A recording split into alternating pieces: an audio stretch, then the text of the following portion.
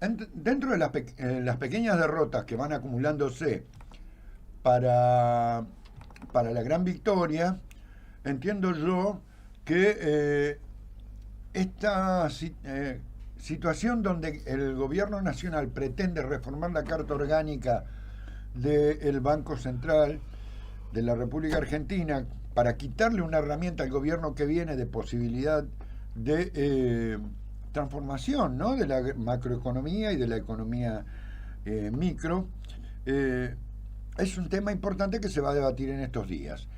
Para eso queríamos hablar con Claudio Lozano, quien es parte de Unidad Popular y quien es un economista con mucha referencia y ha sido director del Banco Nación. Nación. Muy buenos días, Claudio. ¿Cómo estás? Mónica Ambrosetti, Manuel Parola, Julio Leiva te saludan. ¿Qué tal? Buen día, ¿cómo les va? Un gusto saludarlos y saludar a la audiencia. Con cierto grado de expectativa, y decíamos en el editorial que durante el primer semestre de este año ha sufrido pequeñas derrotas que fueron acumulando voluntad popular para la gran derrota que esperamos que se dé en el 2027 del gobierno de la Libertad Avanza. Pero no está muerto quien pelea, dice Javier Gerardo, y ahí te mete la reforma de la Carta Orgánica del Banco Central, a pesar de que utilizan los recursos, porque a ver, una de las actividades ilegales o ilícitas que utiliza el gobierno nacional es, por ejemplo, utilizar esos fondos de los 4 billones de pesos que correspondían por los bonos, y ahora quiere privarlo de esa actividad, me parece a mí, en el futuro si reformamos la Carta Orgánica. ¿Cómo lo ves vos, Claudio? Bueno, primero que efectivamente desde, yo diría, diciembre del año pasado para acá, la movilización popular, el cuestionamiento social ha venido creciendo y eso se ha expresado, como bien vos decís, en derrotas que ha vivido el gobierno a manos del conjunto del pueblo argentino. eh, Y digamos que quizás el último y más resonante fue el golpazo que se pegaron o que les pegamos con la movilización que volteó los dos capítulos más importantes de la ley de tierras, tanto el de extranjerización como el de manejo del fuego. Eh, lo que sí me parece que hay que destacar es que más allá de la caída en la imagen presidencial y en la imagen de la gestión del gobierno, que eso es lo que viene pasando desde diciembre para acá, este gobierno es un gobierno que no le da mucha bola a eso, y cada crisis que tiene la resuelve profundizando el rumbo. O sea, no hay acá ninguna señal de que el gobierno vaya para atrás, que rectifique el rumbo, que en todo caso diga, bueno, a ver, tengo que ir para otro lado. Y más bien lo que hace es tratar de apilar un conjunto de normas que se han venido incluso sacando a pesar de que fueron cuestionadas por la sociedad, porque la verdad que la gran mayoría de las normas que han salido, incluso por un parlamento que en muchos casos es absolutamente cómplice, hemos tenido, qué sé yo, una reforma laboral que salió, pero a pesar de que salió, tiene hoy un rechazo generalizado en cualquier encuesta de opinión pública Uh -huh. que uno observe. O sea, socialmente el debate el gobierno lo perdió, institucionalmente la reforma salió.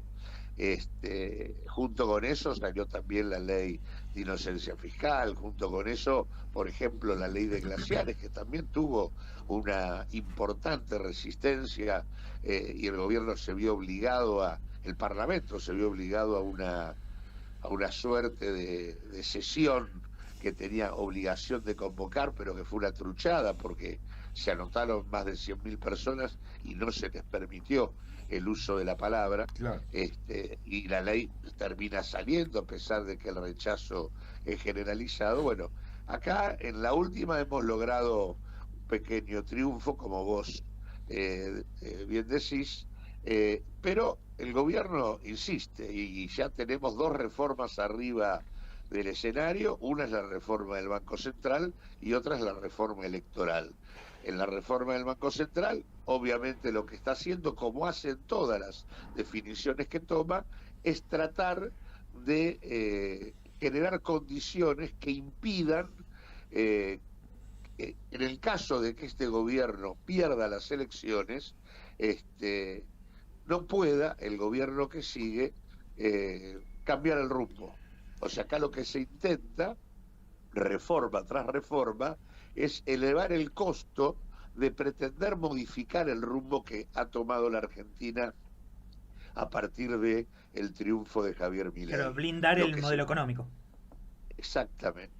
Y Claudio, consecuentemente en ese plano está ubicada la reforma de la Carta Orgánica, que tiene cosas muy concretas. O sea, en primer lugar, elimina todos los mecanismos de financiamiento que el Banco Central puede darle al Estado argentino, con lo cual le elimina al Estado la posibilidad de disponer de financiamiento barato. El Estado, para financiarse, tiene que ir al mercado a tomar créditos a tasas más altas, con lo cual al hacer esto está blindando digamos, el ajuste, está impidiendo que se flexibilice el manejo de las cuentas públicas, está, digamos, eliminando la posibilidad de que el Banco Central establezca mecanismos de regulación de la tasa de interés con destinos específicos, como por ejemplo para financiar a la pequeña y mediana empresa, o para financiar municipios, o para financiar obra pública, o para financiar regiones. Digamos, también existía dentro de la carta, dentro de la Carta Orgánica actual, que casualmente es una carta orgánica que el gobierno viene violando permanentemente. La Carta Orgánica establecía la posibilidad de que, o mejor dicho, la obligatoriedad de los bancos de que determinado porcentaje del crédito que los bancos asignan tenga que tener por destino, qué sé yo, la pequeña y mediana empresa. Ese tipo de tener la capacidad de dirigir el crédito también es anulado en este sentido, en este objetivo que lo que pretende es que la política monetaria no pueda estar inscripta en una estrategia de desarrollo y de crecimiento del país. Y en ese sentido también, por eso lo que se busca es garantizar incluso que quien hoy está al frente del Banco Central se mantenga al frente del Banco Central, aun si cambia el gobierno. Por eso se establece en la reforma que para que uno pueda desplazar a Bausili de la presidencia del banco, tendría que tener el futuro gobierno una mayoría calificada en las dos cámaras, de las 2/3 partes de los votos, para poder sacarlo de, digamos, de la función que hoy está cumpliendo. Así que y eso, digo, se hace en nombre de la estupidez mayor que el neoliberalismo pregona, que es la idea esta de la autonomía del Banco Central, que en la práctica lo que es decir, te saco la política monetaria, te elimino un instrumento del cual vos podés contar para cualquier estrategia, porque la verdad es que hoy este Banco Central no tiene ninguna autonomía, claro, en parte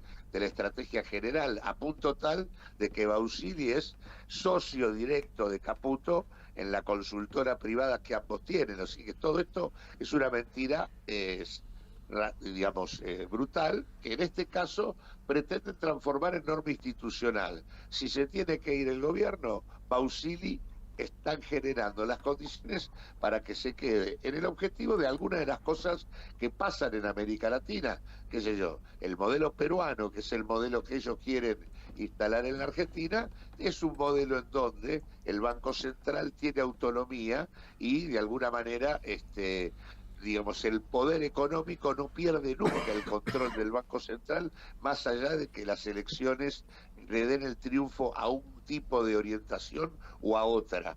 el gobierno, digamos, la política monetaria sigue siendo cultora del ajuste en la sociedad peruana. Bueno, y así tenemos el Perú que tenemos, ¿no? Un Perú que en el curso de la última década cambió 9 presidentes, mientras tiene el mismo presidente del Banco Central. Exacto. Buen día, Mónica Ambrosetti lo saluda. Me preguntaba qué límites legales se podrían establecer ante esta situación tan compleja. No, yo tengo la impresión de que nos estamos, por eso me parece que ahí hay un tema que me gustaría discutir.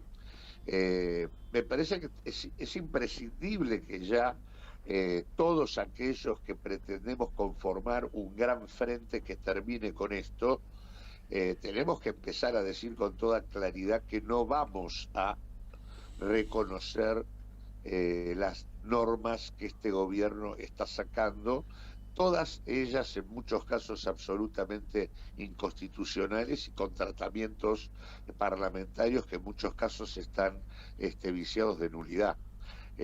Claramente, digamos, si nosotros vamos a respetar, por ejemplo, la restricción que se pone para poder modificar al presidente del Banco Central, si vamos a respetar el tema de que no podemos utilizar la política monetaria, si vamos a respetar las definiciones que establece el RIGI o el Super RIGI, en donde vos le das estabilidad por 30 años para el privilegios impositivos, aduaneros y fiscales en general, digamos, a las grandes corporaciones, porque además lo que te establece el RIGI es que si vos modificás algo de esto te tenés que comer un juicio en un tribunal exterior, por ejemplo en el CIADI.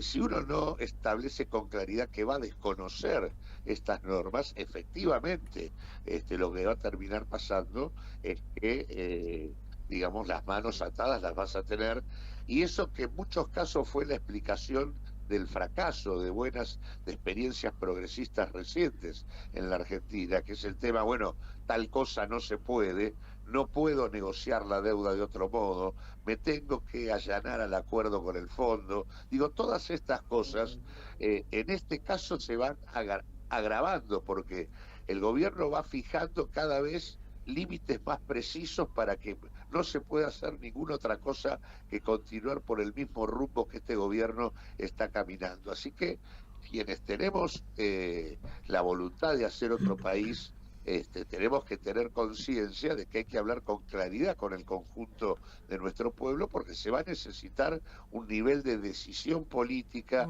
y de fortaleza política a la hora de tomar las definiciones para desconocer por ejemplo, todas aquellas normas que se han establecido y que son inconstitucionales. O sea, por ejemplo, toda la ley de glaciares, toda la reforma laboral, en tanto y en cuanto implican un retroceso en términos de derechos, son absolutamente inconstitucionales, y consecuentemente hay que hacer pesar la Constitución Nacional sobre esas definiciones. Lo mismo con, por ejemplo, si bien se voltearon algunos capítulos centrales de la ley de tierras todavía mantiene los desalojos express, y sobre todo además mantiene el tema de limitarle al Estado la posibilidad de expropiar en nombre del interés público, lo cual es un verdadero despropósito. Entonces, y esto también... Esa segunda batalla, perdón, Claudio, esa segunda batalla que vos estás marcando se debería dar en diputados, ¿no? Porque es lo que queda para discutir. Exactamente. En diputados se deberían voltear estas dos cosas, tanto la posibilidad de que los propietarios puedan desalojar a los inquilinos en 72 horas sin prueba alguna, como hecho de que digamos se vote una norma que establece que, digamos, le pone límites a que el Estado pueda, en nombre de la utilidad pública, llevar adelante una expropiación tal cual establece la Constitución Nacional. Todo aquello que es inconstitucional habría que voltearlo. Pero en ese punto sí quiero discutir un punto que vos mencionaste al comienzo de la nota, que tiene que ver con que la cuestión pasa por ver cómo armamos el frente para el 2027. Yo tengo la impresión de que casualmente por tener un gobierno como el que tenemos, que todos los días pone un palo más en la rueda para cualquier intento de cambio, acelera los mecanismos de la entrega y al mismo tiempo profundiza el deterioro de las condiciones de vida de la población, la construcción frentista que necesitamos, que tiene por tarea principal organizar la comunidad para confrontar con el ajuste, tiene que proponer un cauce institucional inmediato para terminar con esto, y el único cauce institucional inmediato, porque acá no va a haber gobierno que vaya marcha atrás, el gobierno va a seguir profundizando el rumbo, porque hay una estrategia, hay una verdadera revancha de carácter clasista en un contexto donde se percibe que hay capacidad para avanzar, porque las condiciones de fragmentación todavía del campo popular se lo permiten, si nosotros no conformamos el frente hoy.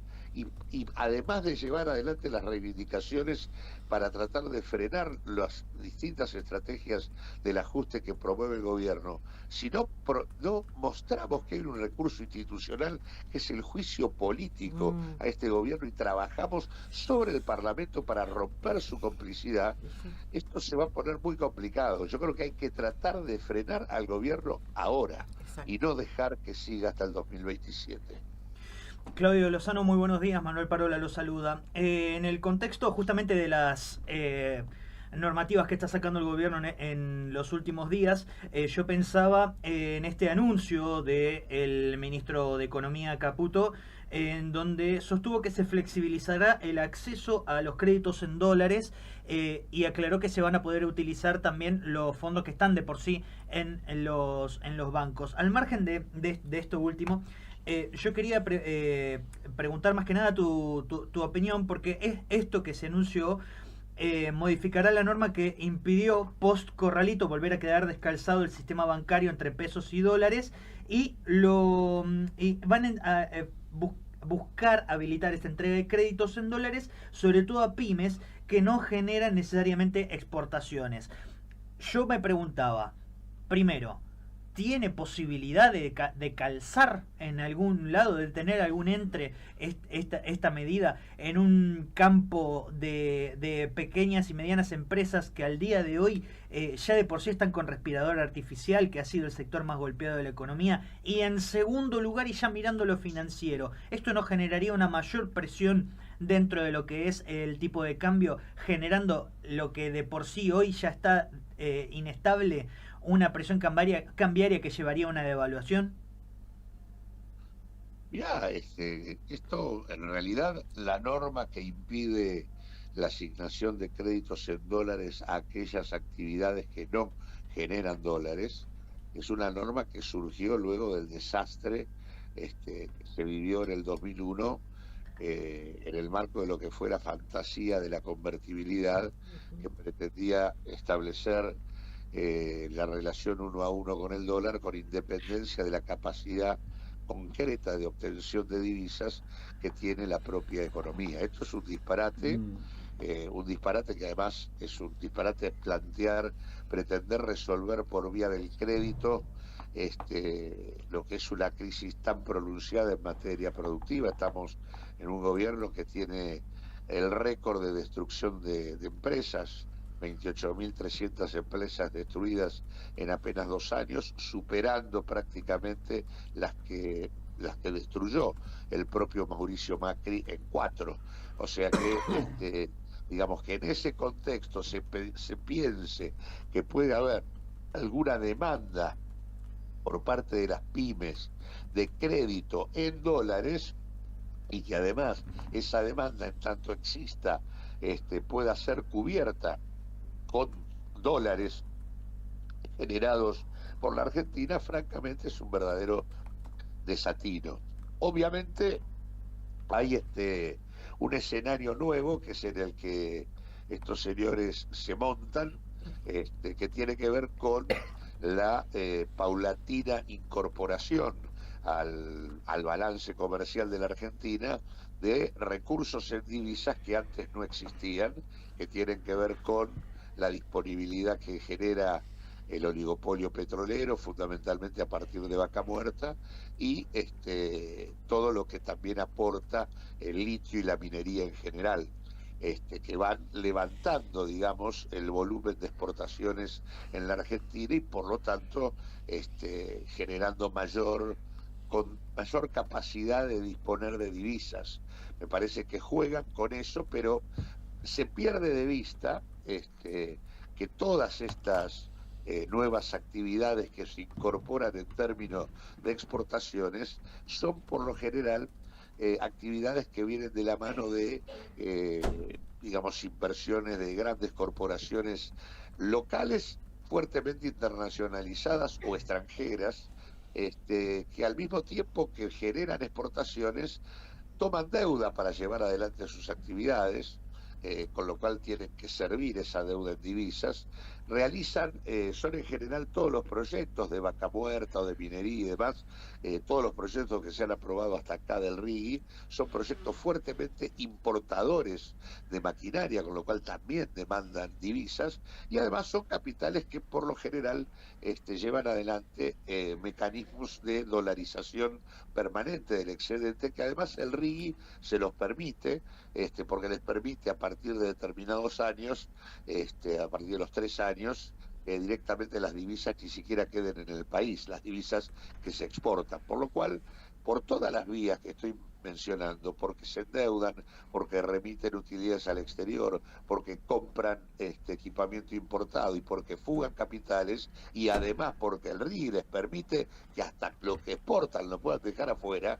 El tema es que esa supuesta oferta ilimitada de divisas no termina de resolver los problemas de crisis externa de la Argentina. Las crisis van a seguir existiendo, porque también se vivió la idea de que íbamos a tener, y de hecho por eso la convertibilidad alentó también procesos de dolarización, como alientan estos chantas ahora, con el proceso de sojización de la Argentina, cuando se incorporó la revolución sojera. Pero bueno, la revolución sojera vino de la mano de sostener procesos mucho más importantes de endeudamiento, de fuga de capitales, de transferencia de utilidades al exterior, y por lo tanto la balanza de divisas siguió estando tan desequilibrada como antes. El problema no pasa por tener soja o por tener petróleo, gas o litio o minería, sino por la manera en que eso se explota y quién se queda con los beneficios de eso. En el marco del régimen económico vigente, el tema de permitir que actividades que no generan dólares efectivamente tengan crédito en dólares, incrementa las posibilidades de crisis cambiaria, que por supuesto ya existen, y de hecho además están puestas sobre la mesa de cara al 2027, en donde los vencimientos externos son muchísimo más elevados que los que hemos tenido hasta acá. 28.500 millones de dólares el año que viene. ¿Cómo? 28.500 millones dicen que el año que viene. Exacto, pero digo que la propia visita de Kristalina Georgieva, esta señora que vino a hacer su presencia como embajadora del imperio en la Argentina, y que le bajó línea a todo el gabinete, informó sobre su mirada sobre lo que tiene que hacer la Argentina, lo que quedó claro es que para ellos no hay más plata para la Argentina. Dos cosas, me cuelgo de eso, Claudio, para la última mía. Hablábamos de, vos planteabas que este gobierno no retrocede en su iniciativa política de accionar para la destrucción del Estado, para mi concepto, ¿no? Digo, hay dos indicadores que yo decía en el editorial que, a ver si compartís. Primero, esto de que no hay más plata. A Milei le acaban de decir no hay plata. A Toto Caputo le acaban de decir no hay plata, y se lo dijo Kristalina Georgieva. Pero por otro lado, la famosa cena con los industriales y el Círculo Rojo sin ningún funcionario público, cosa que no pasó en el gobierno de Macri. En el gobierno de Macri, funcionarios públicos se sentaron junto con el Círculo Rojo. ¿Esto no va descartando la posibilidad del 2027 para Javier Gerardo? No, yo creo que la única lo único que tiene Javier Gerardo hasta acá es que sigue siendo el dirigente que concentra, digamos, el voto duro antiperonista. Digamos, quizás la única amenaza que tiene en ese sentido, pero todavía no ha podido emerger, es Patricia Bullrich. Pero lo cierto es que, digamos, su único activo hasta acá es tener enfrente además una oposición a la cual le cuesta bosquejar una estrategia de futuro que pueda hacerse cargo de lo que está claro que está demandando la comunidad. La sociedad argentina, cuando uno mira las encuestas, dice con claridad que esto no va más, pero al mismo tiempo dice que no quiere volver para atrás. Y por lo tanto tiene que ser clara la autocrítica respecto a lo ocurrido y la definición de que se va a ir a fondo en determinadas cuestiones para mostrar que la perspectiva que se plantea es una perspectiva nueva. Me parece que esa discusión es la que no está saldada y es la única que tiene a favor Milei. Milei no tiene otra perspectiva que seguir deteriorándose, pero si nosotros no acertamos en la construcción política, alguien que mantenga un tercio del electorado sigue siendo competitivo, y esta es la situación actual de este señor. Hoy, con claridad, el antimileísmo es mayor que el antiperonismo, pero como el antimileísmo incorpora parte de sectores que no son peronistas, claro, la construcción política que hay que hacer es una construcción mucho más amplia y transversal, porque de lo contrario ese antimileísmo no se canaliza de manera uniforme ni unitaria, que es lo que necesitamos. No hay canal del 60-65% de la población que hoy dice que esto no camina. No hay ningún canal político construido que pueda ser expresión de eso. Esa es la tarea principal. Claudio, la verdad que tendríamos 25 millones de temas más para hablar y estaríamos hablando mucho más tiempo. Pero se nos pasó este bloque. Esperamos contar con tu palabra en otro momento y te agradecemos la deferencia de poder atendernos. No, al contrario, le agradecido soy yo porque me hayan convocado y por cierto, siempre a disposición. Abrazo grande, Claudio, buen fin de. Igual. Pasaba Claudio Lozano, exdirector del Banco Nación, funcionario, exdiputado, parte de Unión Popular, por Vox Populi.